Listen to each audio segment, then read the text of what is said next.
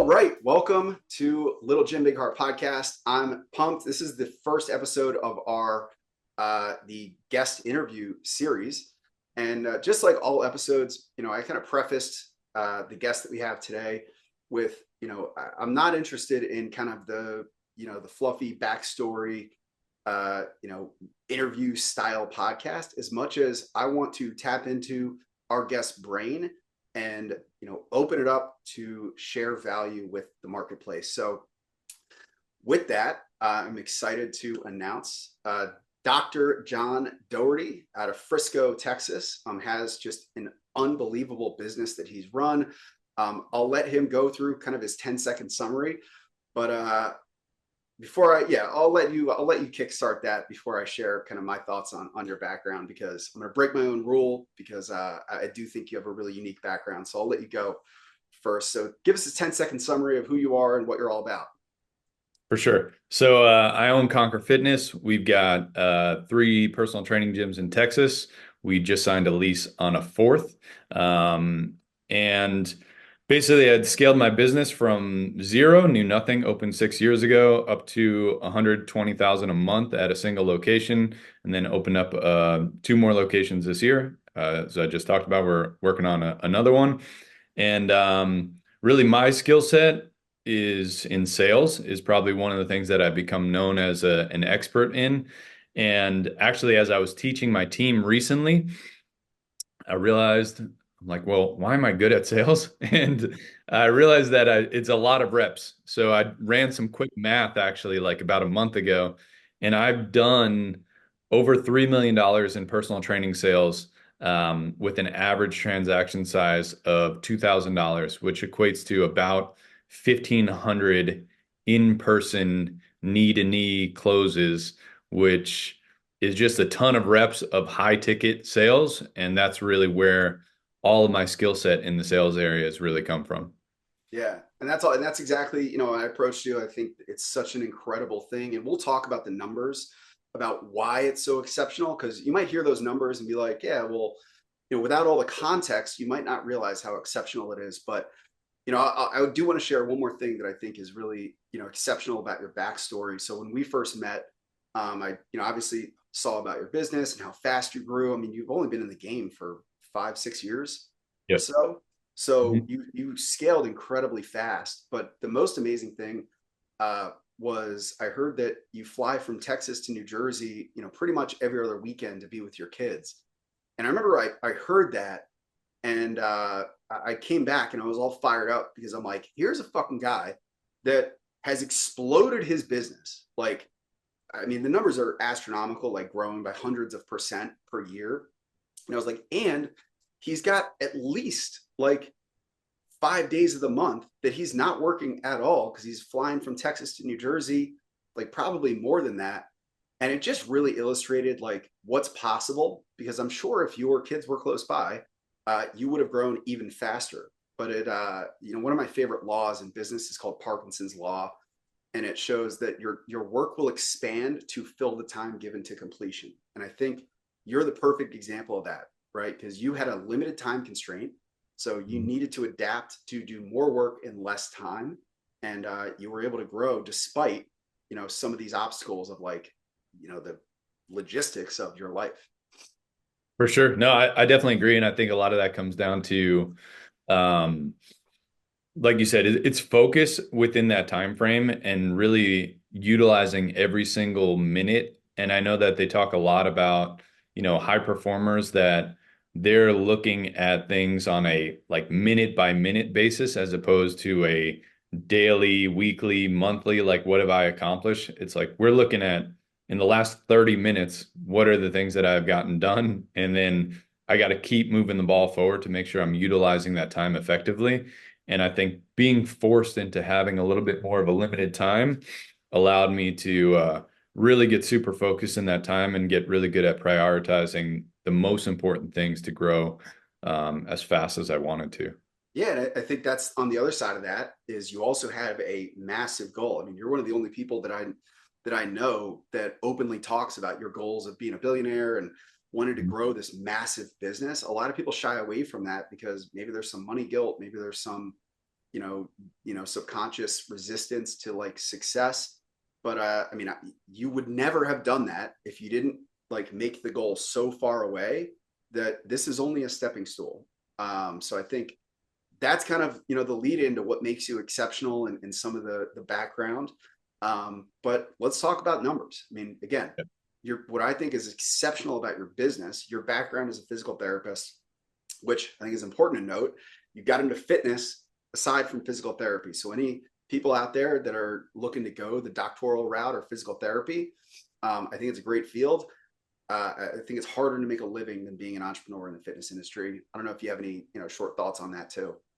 Yeah, I mean, real quick, I mean, that's basically what I had always planned to open up either my own gym or physical therapy clinic or combination of the two. Was going to go the physical therapy route first. And then when I started actually doing the business plans on it after being a physical therapist for about 4 or 5 years, I realized that it's so dependent on insurance reimbursements and those keep going down versus in the gym space. I mean, there's no insurance, so you're dictating your own prices. You Right. have a lot more freedom in how you can structure things. And I was like, well, this is a little bit higher risk initially for me because I took a really big space, but I knew there was a lot more upside and a lot more creativity on my part in the way that I wanted to do things. So that's really why I decided to go that route and just kind of leverage my background as a physical therapist. Yeah, I think I would imagine if you're going to go the cash based route anyway, you might as well go fitness where you can expand, the approach and bring more, like I said, creativity versus kind of pigeonholing yourself in maybe that medical space because you're going cash based anyway. Sure. Yeah. So the numbers are incredible. You started your business primarily as a one-on-one business. So like, why don't you run through some of the revenue numbers, but really, what I'm getting at, like, the recurring revenue numbers are what I think entices me to bring you onto this podcast and share kind of the skills that you have in sales. Yeah, so actually we started our first year, we were a group training gym, a little bit more of a large group, but then COVID hit just a year into the business. And so we weren't even profitable yet. And so at that point, I was looking at, our rent is like 10 grand a month. Our, revenue was maybe 7 or 8 grand a month at that point. And, half the clients want to go on hold. So it's like, Right. okay, now I need to make up a $6,000 deficit. How the hell am I going to do that? And I'm like, okay, I could sign up 50 new people, which I had like 50 people at the time over a year. So I'm like, that's not going to happen. So then I started looking into one-on-one and I knew that there was going to be a need for that. I was like, okay, well, I could sell a big package for 2 or 3 grand and I could sell two of those. Like, I feel like I could do that a lot easier than I could sell 50 new people. So I kind of revamped our website, our offerings, started pushing more one-on-one. That was basically how we survived COVID over the next year or so. And then gym started growing. People started coming back into the group. One-on-one continued to expand. About a year or so later, we introduced the semi-private model, which is kind of in between those two. But one of the things that is unique about my first location, our Frisco location, is one-on-one we sell in packages. So we sell in 12, 24, 36 sessions. The most popular options, 36 sessions, which is a little more than 3 grand.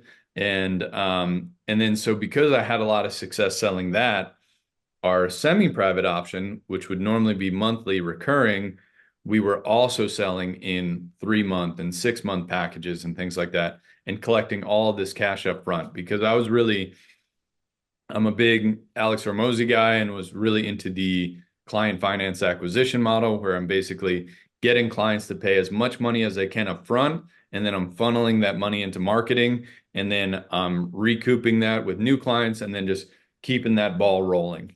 And so the upside of that is that it allows you to collect a lot of money up front. You can grow very fast.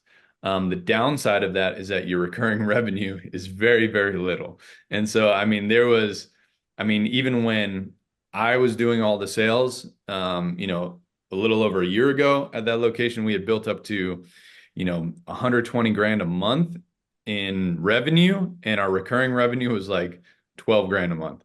So, I mean, I'm Let me selling stop you there. all of So these people. that means so, and again, we've been in mastermind groups together, Yeah. look over the books probably for the last year, and that's not a fluke, right? 120 grand. Sometimes you hear like the companies like Gym Launch and these consulting companies, like they'll tout these numbers like, oh, we had this gym do $100,000 a month, but it was like a one time, like they blew up this like 6 week challenge package or whatever, and then it goes back to 30 grand. Like Yeah. you're riding consistently at 120,000 dollars a month, but your actual like what is due to be recurring automatically is incredibly low. I mean, you said 12. What Yeah. I've seen and talked to you about probably maybe now is closer to like 30,000, but that still means you're selling 70 to $90,000 in packages every single month. I Yeah. mean, that's Yeah. So, that's I mean, I saw that and I was like, this guy's a fucking Rain Man when it comes to sales to be able to do that. yeah, and honestly, so it's a blessing and a curse, honestly, because the blessing in it is that it allowed me to become really, really good at sales because I've obviously have gotten thousands of reps in the sales seat, going back and forth, objection overcome for, 30 minutes, an hour at a time with people, and like really understanding the nuances of the sales process, which has gotten me really, really good at it.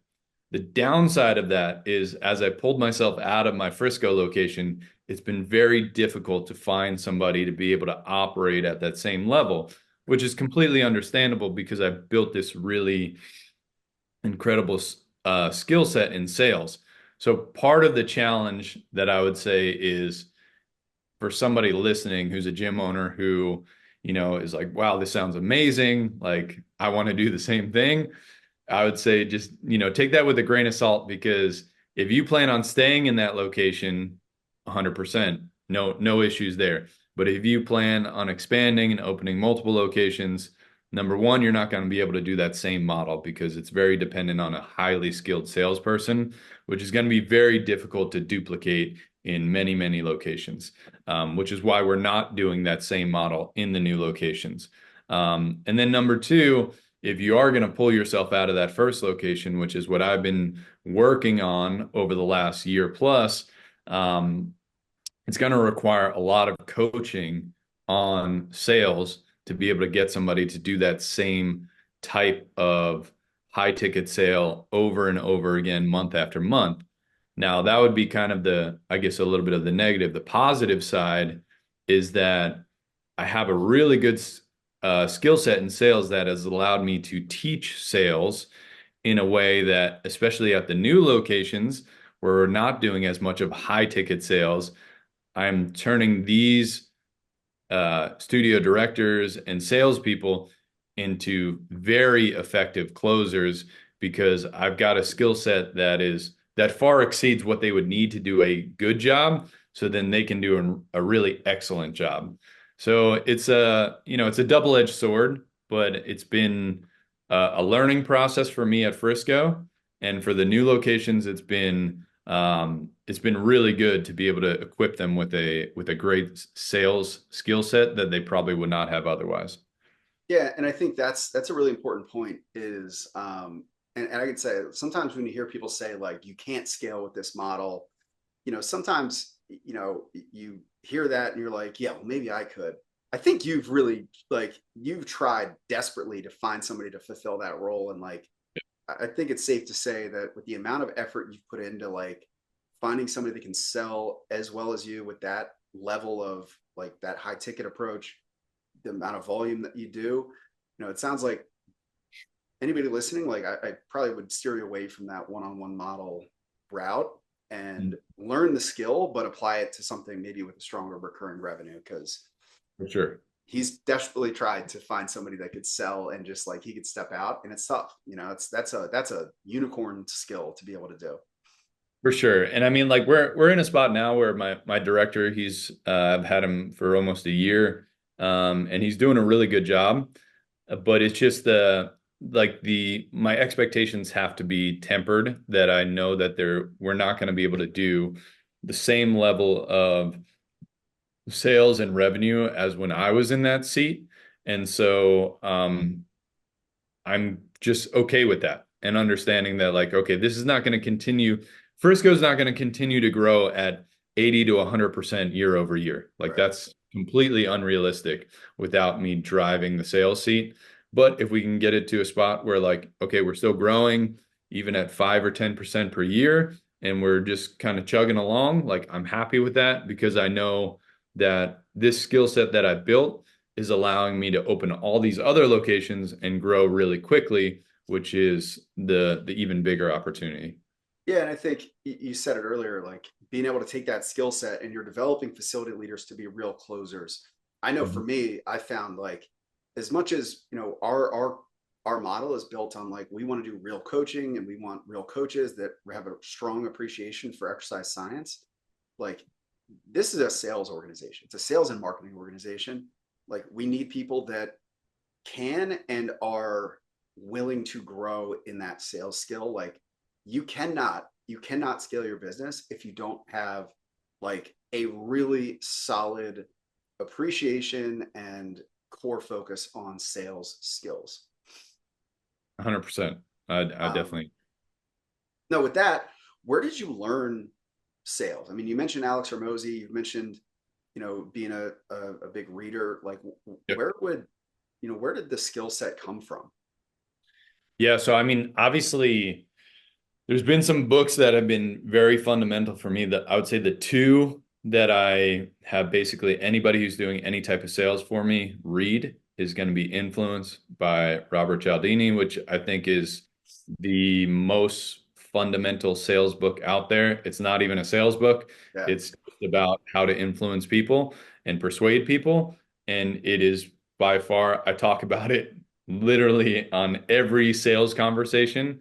I'm always talking about social proof. I'm talking about authority. I'm talking about all of these things that are like the six laws of persuasion that he utilized in that book. So that's, I would say, probably the best resource. Um, the second one would be Never Split the Difference, Chris Voss. I love really his behind me. style of sales. He talks about tactical empathy is really one of the big things with him. And I think more than anything, one of the things that I really take away from his style of sales is the ability to really listen to the client and customer and make sure we're solving the right problems with them. Absolutely. Because I feel like a lot of times if people are taking a lot of sales courses and reading books and things like that, they kind of basically develop a script, which is a good starting point for any salesperson. Like you have to have a script. You have to have something that you're taking them through, some type of logical flow where you're starting at a certain point, you're building rapport, and then you're getting to a close. And you have a logical flow that you're taking them through. But I think the downside is that people get so focused on that and they're not actually listening to what the customer is saying. And then they end up, trying to solve the wrong problem and they're going at the approach completely wrong. And they're not actually, meeting them with empathy. They're not actually caring for, the reasons why they're hesitant to commit and all these types of things. And so they don't have any opportunity to actually close the sale because they're not really listening to the client. So I think those two books I would say are huge resources. But then at the end of the day, the number one builder of my skill set in sales was just reps in the sales seat. I mean, Yeah. thousands and thousands of calls, thousands of meetings with people, going through the process, learning from it. And I think probably the one skill set that I have, which comes naturally to me, which I've been trying to coach my um, studio directors, appointment setters, anybody who's in a sales role, is the ability to take a particular situation and put it as something that we can extrapolate to other similar situations. So somebody will, an appointment setter will get on the phone with me and they'll be like, "Hey, I had this situation. This is what they said. Like, what would you do in this situation?" I'm like, "Okay, great. this is what I would do, talk them through it. But then I'm like, let's take a look at the bigger picture. Like, what is the scenario here? Like, is it somebody where they need spousal approval? Okay, that's a common objection that we get. Like, this is how we would do it, not just in this situation, but anytime somebody brings up schedule, spouse, income, whatever the situation is, like these are the types of objection overcome strategies that we would utilize in this particular bucket. And I think as I was in the salesy doing reps and reps and reps with people, I really got good at like mentally logging when, I would say something to somebody and I could see like in their eyes, like, oh, like they get, I'm like, oh, I got them. Like this worked, right? Yeah. And so it wasn't like, oh, say this exact thing. It was more of like, this is the problem that they have. This is how I solved that problem for them. When the next person has a similar problem, let's utilize a similar approach and see if that works.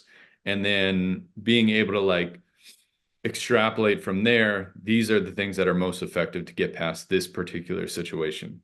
Yeah. And I think one of my favorite sales models is the Sandler sales. And one of the key things there is like you mentioned listening, right? And really, it's not only solving the right problem. Like if you pounce too soon, you are 100% solving the wrong problem. If they Yeah. stay, they just want to get in better shape. Like you've got to really be patient and like dig down a little bit deeper because the truth, like Sandler has this thing, like prospects are suspects. Like everybody's going to lie to you. Yeah. Whatever they tell you is their reason or the pain point or what they want is bullshit until you have dug deep enough till like they tell you something different. So the easiest example, this happened recently, where get on a sales call and I was listening to one of my guys call, and he's like, "Oh, like any injuries or anything that we need to know about?" And they're like, "Nope, like I'm just ready to get in shape." And he did a good job. He asked like follow up questions, and he was like, "One of my favorite questions is, what would make this a really negative experience for you? Like if you came in here and you had a bad experience, like what could happen so we can make sure to avoid that?" And they were like, "Oh, well, I've got this back injury." They're like, "I've got this back injury that's been killing me. I finally got cleared." And he's like, "So anything that's, deadlifting, I can't do." And he's like, "You just fucking told me you don't have an injury." Like, Yeah. Yeah. it's just this weird sales resistance where people want to hold their cards. They don't want to be sold to. Yep. So you've got to like find a way to navigate those things. And it all comes down to like being patient, listening, and asking the right questions. Mhm. I agree completely. And I think a lot of it too is showing up differently is a lot of things that I'll talk to my salespeople about, especially when a prospect, let's say you get somebody on the phone, they're like, hey, what's the price? And it's like immediately throws a lot of salespeople off and they're like, Yeah. they don't know how to respond because they're like, oh, I know I'm not supposed to say the price right away. Like, how do I approach this situation? And so I always tell them like, okay, let's say you get on the phone, somebody's like, hey, what's the price? They're like, oh, absolutely. Happy to go through all the pricing details with you. I'm going to answer every question you have about price, make sure we've got a lot of clarity and you're good to go on that. But before we even get into pricing, I'd love to learn a little bit more about you and, what are your goals? What would you like to accomplish? See if you can get them back to the script. Now, what happens is like you've got two scenarios from there. Sometimes the client, they just don't know what to ask, but they know to ask about price. And so just by you giving them clarity of like, hey, I'm going to give you the price. Don't worry. I'll go through all the details on pricing, answer any questions you have. It puts them at ease that like, okay, now I'm willing to talk. And then they're willing to talk. Or the second scenario is like, there's somebody who really is just a hardliner. They want to know price. And it's like, okay, great. You say that to them and they're like, yeah, no, that's all fine. But like, can you just give me the price? It's like, okay, great. Create context around pricing. Okay, so you may or may not know, one-on-one training is about 150 bucks a session. We do semi-private training, so you get very similar attention, coaching, modifications at about a third of that price, around 30 to 50 bucks per session. Is that something you'd be interested in learning more about? So then you're giving them context, you're giving them pricing. Now you're not giving exact pricing, but you're giving at least a range and then asking permission of like, I've given you some more information. Would you like to learn more about that? And then see where they go from there. So then if they're like, yeah, no, that sounds interesting. Tell me more. Now you have permission to ask about goals and then start deep diving and then bring them back into the script. But I think a lot of times, when people will ask about price, other companies will dance around and not give them the price. And all it does is create frustration. And you're just guaranteeing not only are you not going to make a sale, like they're never going to talk to you again. And they're So, expecting that. When they ask that, yep, I imagine them being like, if they like in their heads, they're like, if he gives me the runaround, I'm out.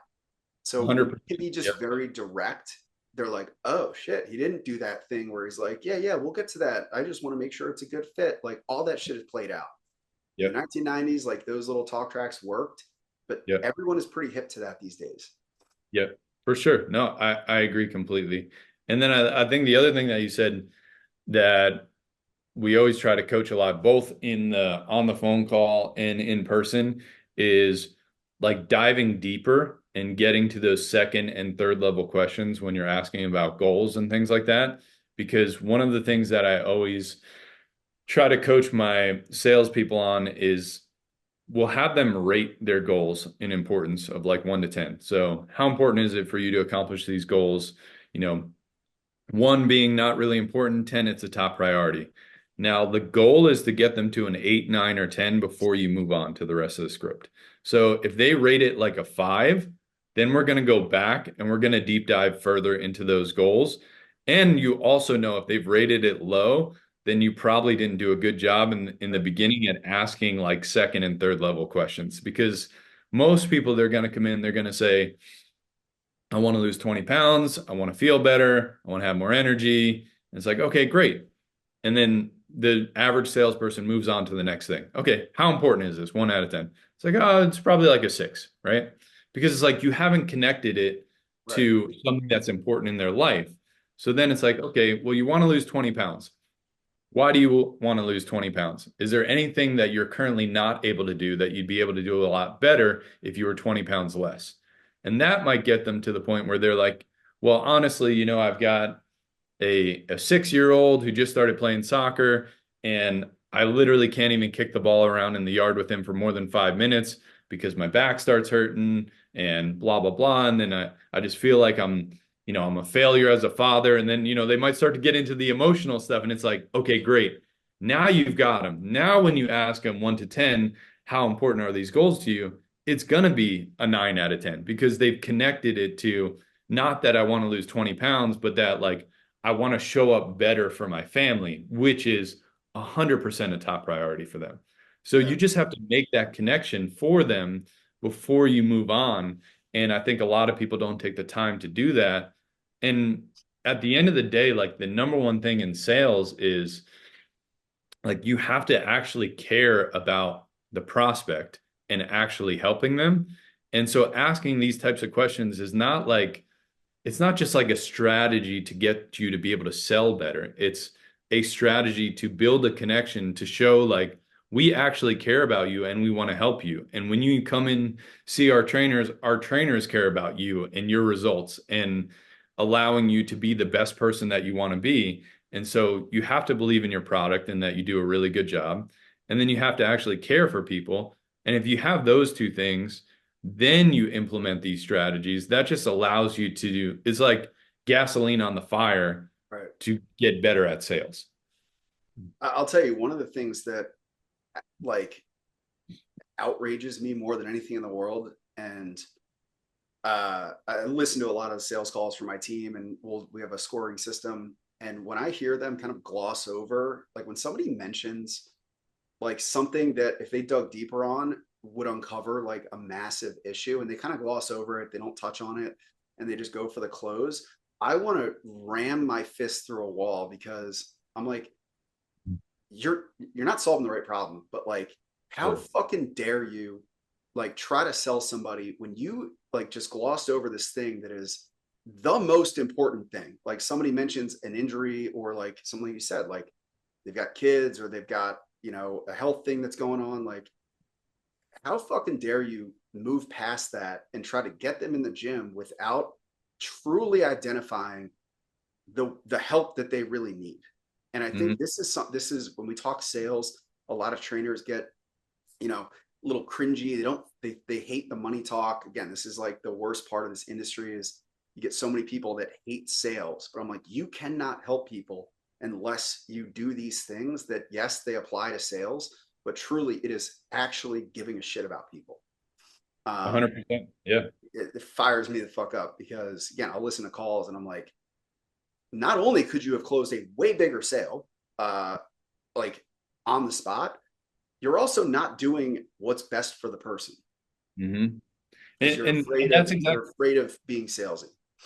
100%. And like what you're saying is basically that they're not doing their job of making that connection for the client because a lot of times Yeah, like clients they need you to make that connection for them. Like they know that their back hurts and it's achy and they know that they're overweight and they're not happy of how they look in the mirror, but they're not making that connection of how it would impact the most important things in their life, which is typically their family, their kids, maybe their work, like all of these things that are truly top priorities for them.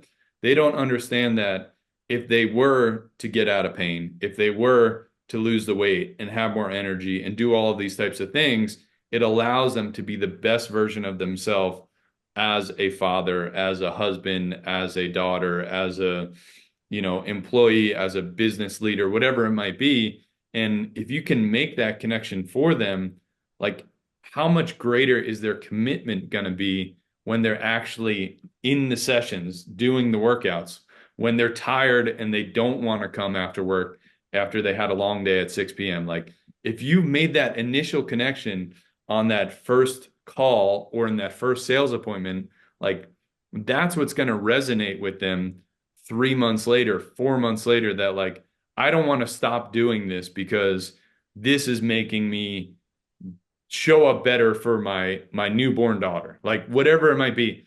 They're not making that connection. It is your job as a salesperson to make that connection for them because it's not about the initial sale. It's about like the client journey and the lifetime client value. Like that's the thing that I'm always drilling is lifetime client value because it's not only right.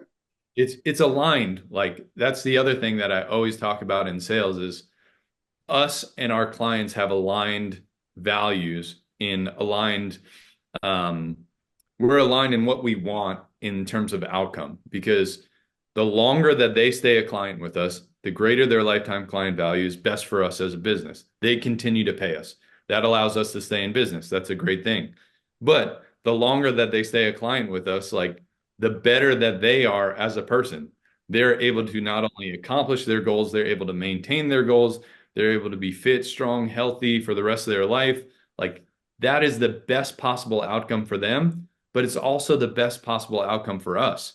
So we want to like on that initial contact, this is one thing that a lot of salespeople I've found are very hesitant to talk about is like, what does your journey look like with us for the next 1, 3, 5 years? Like, they're just like, I got to get that sale. Like, I got to get them to sign up for this 30-day trial. And it's like, no, have the conversation of like, okay, like what are you willing to allocate towards these goals that you just told me are a 9 out of 10 for you over the next few years? Like, I know we're talking about right now, we're going to get you started on this, 30-day jump start or whatever your front end offer is.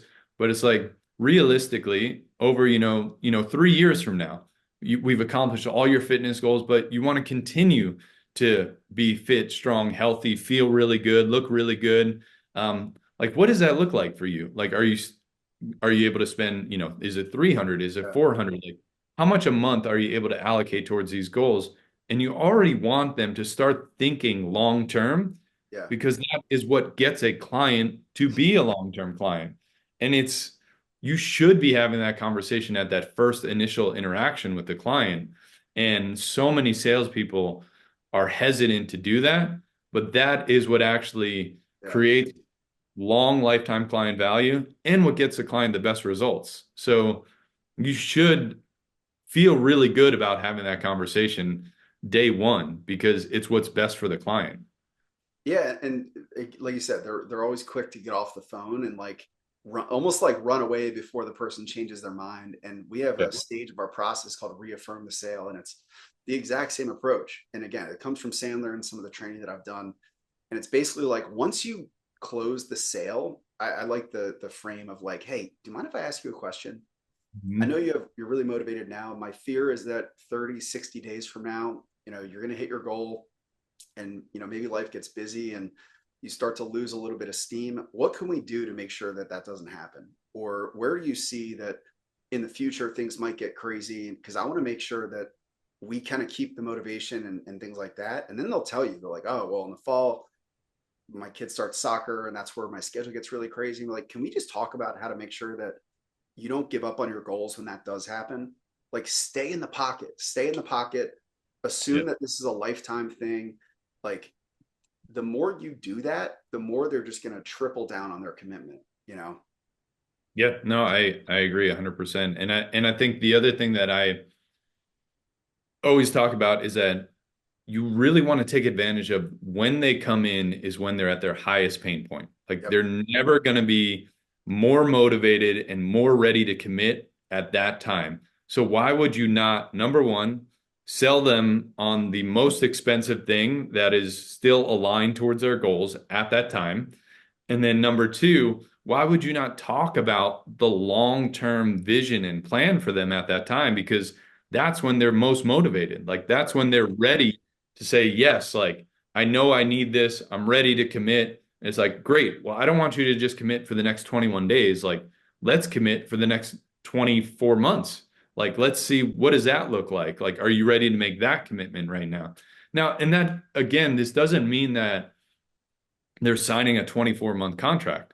This means that you're having the Right. conversation of what does it look like for you 6 months from now, 12 months from now, 24 months from now? Like, what are you going to be doing with us? And what does that look like from a financial perspective? What does that look like from a commitment? How many days per week? All those types of things. And is this something that you can continue to sustain over the long term? And are you willing to commit to that at this time? It doesn't mean they have to sign on the dotted line for the 10-year program, but it's like, are you having that conversation of what this looks like long term? Right. And why would you not do that when they're super motivated and at their highest pain point? Yeah. So let's talk the actual process, right? Yeah. So what's important to realize is so sales, I can't remember where I heard this. Sales is like jazz. So jazz music, if you heard jazz for the first time, you'd be like, wow, it's just like a bunch of people banging on, drums and stuff and blowing into horns. But there is a rhythm, there is like a cadence to jazz music, but then shit goes is like chaotic on the outside. So, my approach with sales is like we have a sales process. Like we have a 7 stage process. I can identify like when I track people doing sales, like I know exactly where they're at, where they need the most help or support. But shit goes off track, and you just got to find a way to bring it back. So, what is the framework or like the exact process in a sales conversation that you use? Yeah, so I mean, I would say we've got um a couple different things. So number one, we've got obviously the process in terms of like lead follow-up. So as soon as a lead comes in, they should be contacted. They should be called ideally within 5 minutes of them coming in, which is one of the main reasons for having like an appointment setter at your location. Obviously, if you're a single location and you're still doing everything, then you want to be as urgent as you possibly can on that. But once you have the ability to hire somebody in that role who can be just available all the time when a lead comes through to jump on it, I mean, we both have experienced that in our own businesses, how much of an effect that has. Well, let me And so, stop you because I think a good tactic can come out of this. yeah. What system, tool, or uh, what do you use to make sure that you are able to get in touch with them as soon as possible? Like, do you have like some kind of automation that goes off that notifies you when a lead comes in? Like, how exactly do you set that up? Yeah, so like on our CRM, we use Convert Cloud. So if anybody comes through, as a lead, either through a Facebook ad, a paid ad, or a website. As soon as they come through, we'll get a notification. So whoever is like the appointment setter, whoever is responsible for those leads will get a notification. They can get text message notification, email, any type of notification. You can set it up however you want, but Right. they'll get a notification as soon as the lead comes through.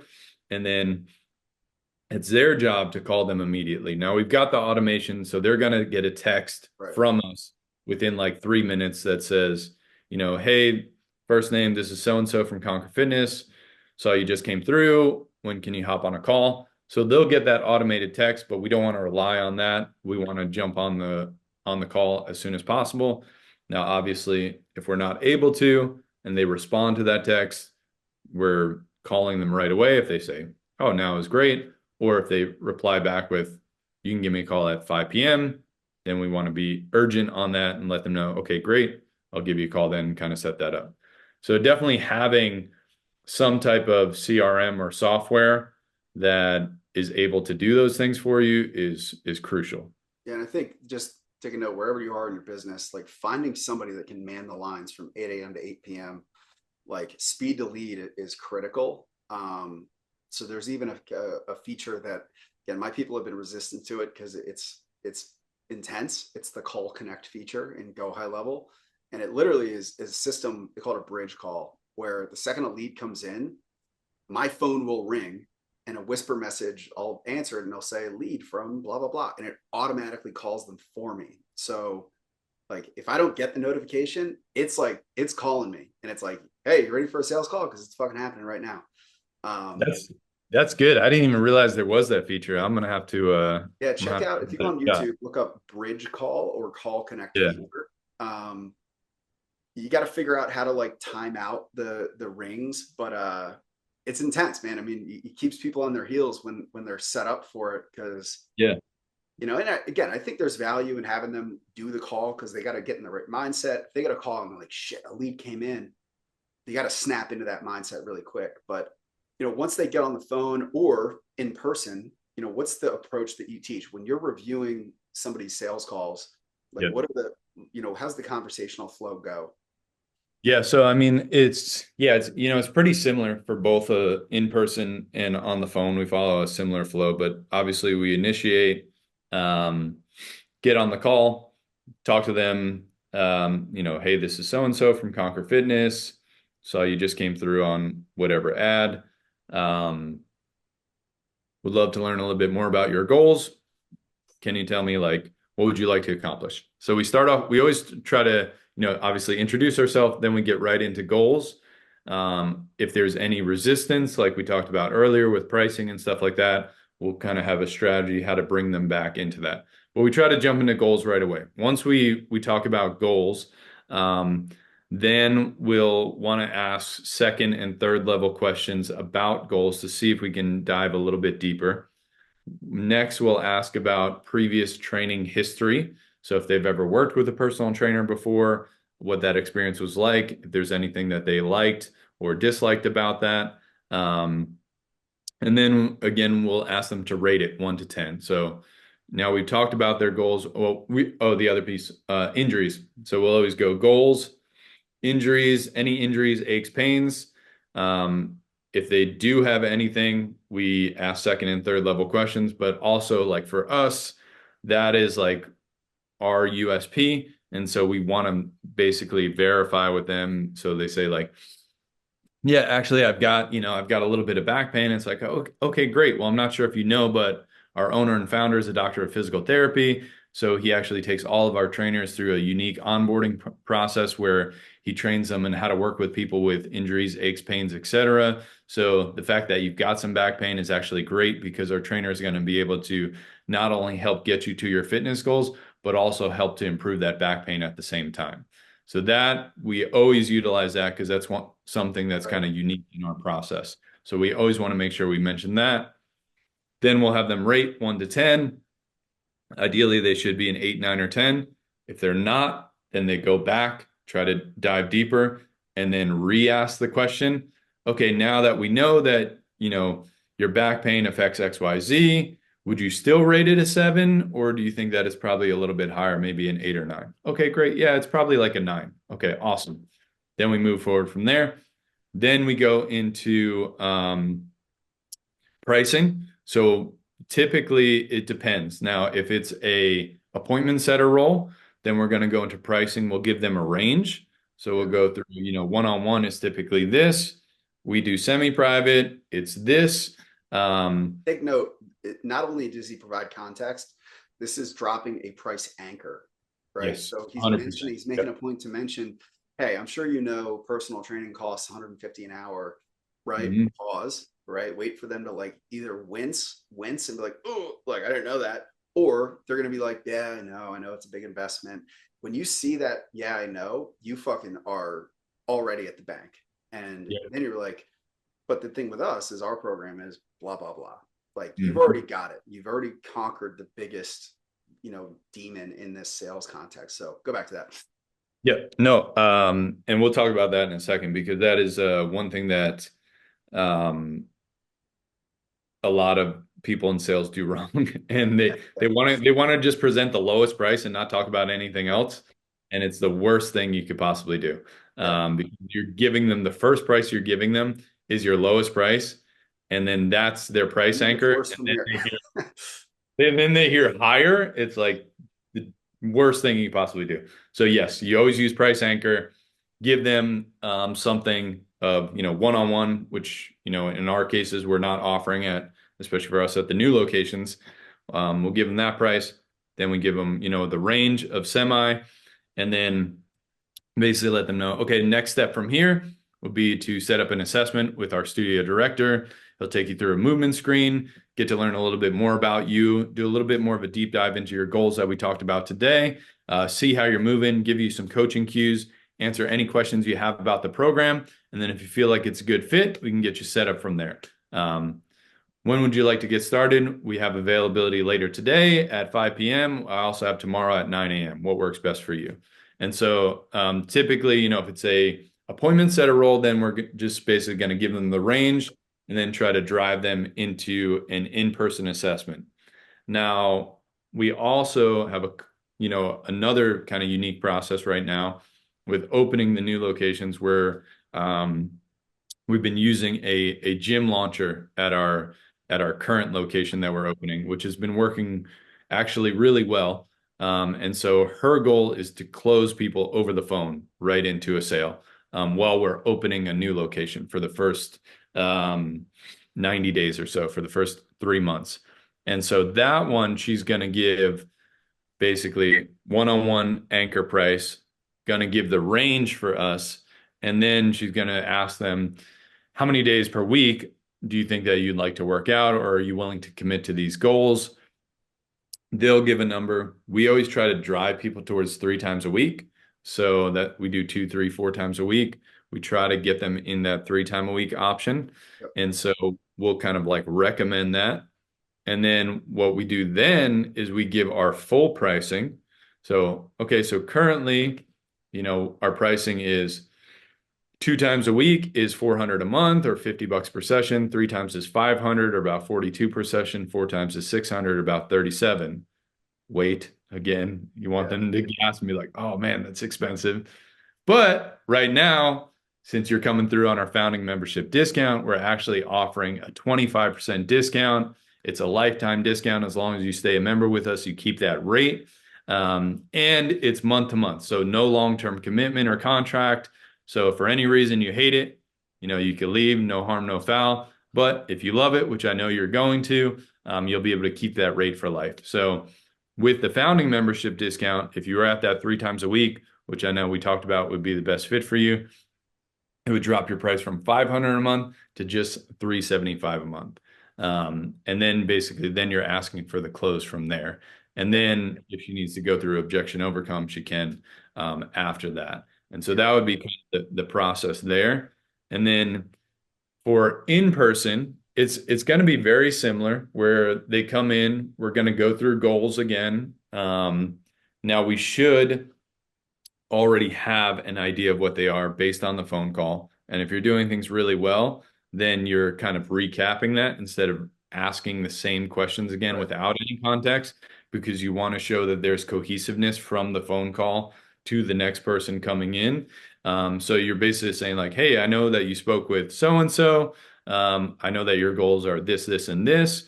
Tell me a little bit more about this, and this one in particular, kind of deep dive.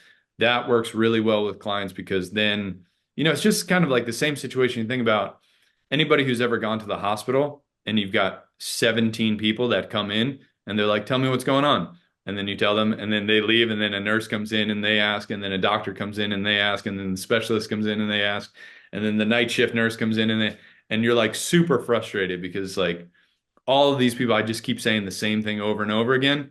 We don't want that to happen with the client. So when they come in person, ideally you should have the information already. You've got the notes of what their goals are, all of that. You're recapping with them, deep dive, do the movement screen.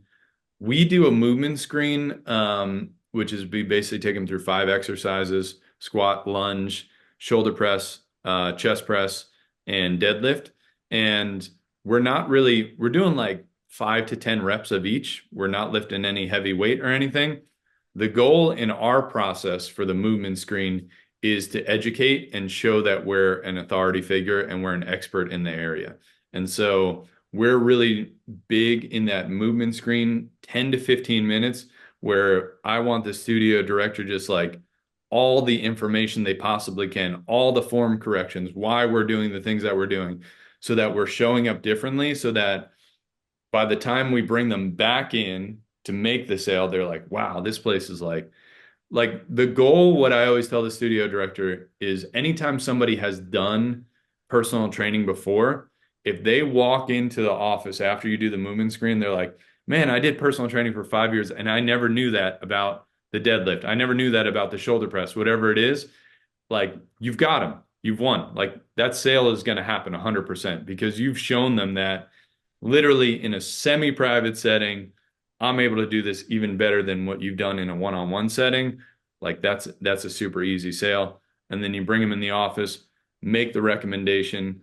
I think that would be another big thing with the actual close is we always want to do like a prescriptive sale where it's like based on your goals, based on what I saw today, my recommendation would be to do 3 times a week. I feel super confident that we'd be able to help you do XYZ with that. Um, what do you think about getting started on that? Whatever it might be, and then you kind of drive towards the sale.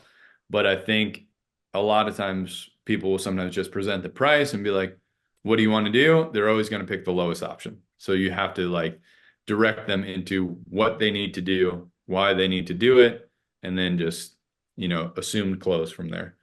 Yeah, and you mentioned a lot of assumed close, prescriptive close. Like it all comes down to being an authority and not being afraid to take a prescriptive approach. Like, wow, like I know exactly where you want to go.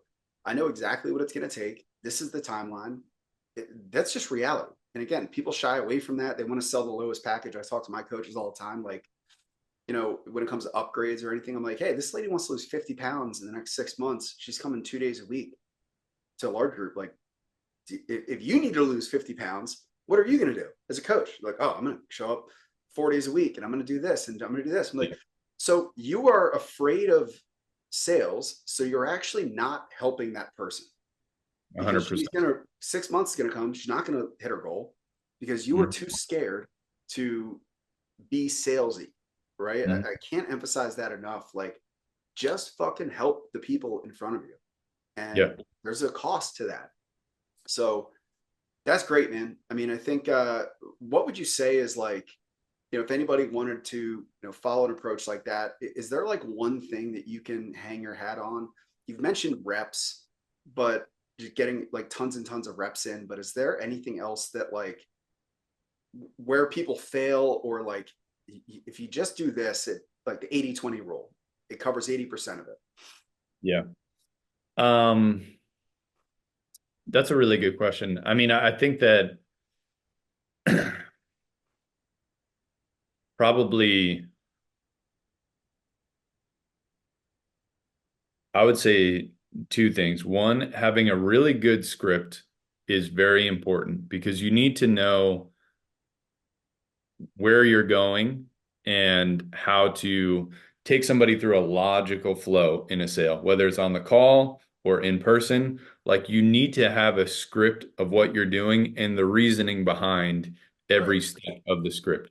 Because what's going to happen is people are going to you're going to have somebody come in and they're going to go way off script. And you need to have the ability to bring them back into your logical flow. And again, that comes back to what you're talking about, like authority and confidence. Like Yep. you have to be confident in what you're doing, why you're doing it, and bring them back into those things and take them through that logical flow, which is going to get them to the point that you want them to be. So I would say number one is having a really good script.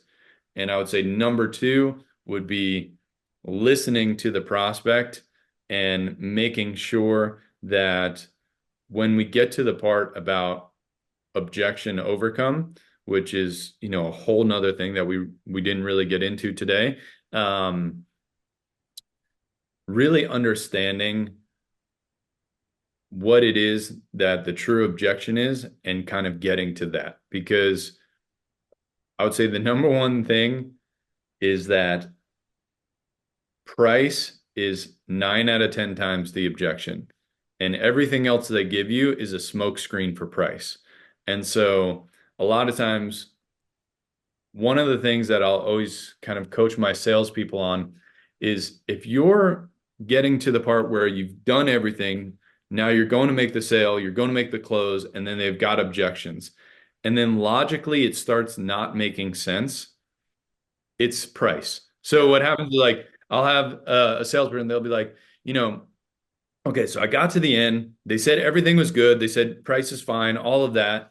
And then they're like, oh, I'm gonna have to think about it. I got to work out the schedule. And then I'm like, okay, well, but I know we discussed the schedule earlier, and you said Tuesday, Thursday at 7 a.m. works for you. Isn't that right? And they're like, yeah, well, it does, but I'm not really sure. I gotta double check. And then they bring up the spouse, and I gotta talk to them because I gotta make sure that they can cover, all of this. And then it's like, oh, but I thought you said that the spouse supports you. And it's like, Too you've late. already cleared out all of this stuff. And like in your mind, you're like, this doesn't make sense. It's like, yeah, it doesn't make sense because the objection is price. Like, and you need to clear that out. And one of the best ways to do that, this is like a quick strategy, is to give them an out that you're not saying, hey, you can't afford this.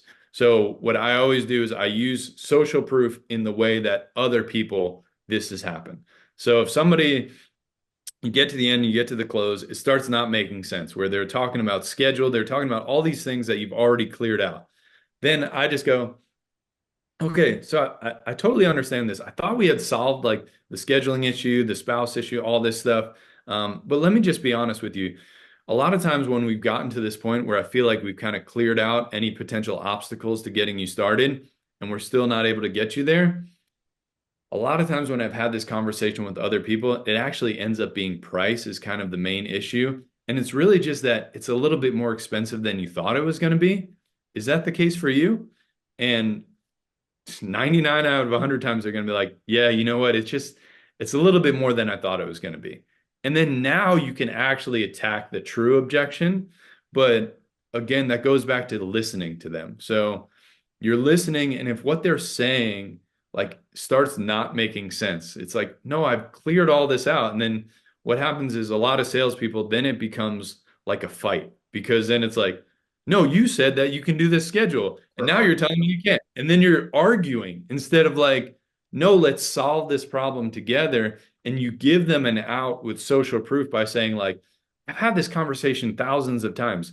Usually, when it gets to this point, this is what's happening with these other people. Not that it's you, but these other people, this is what's happening. Does that happen to be you as well?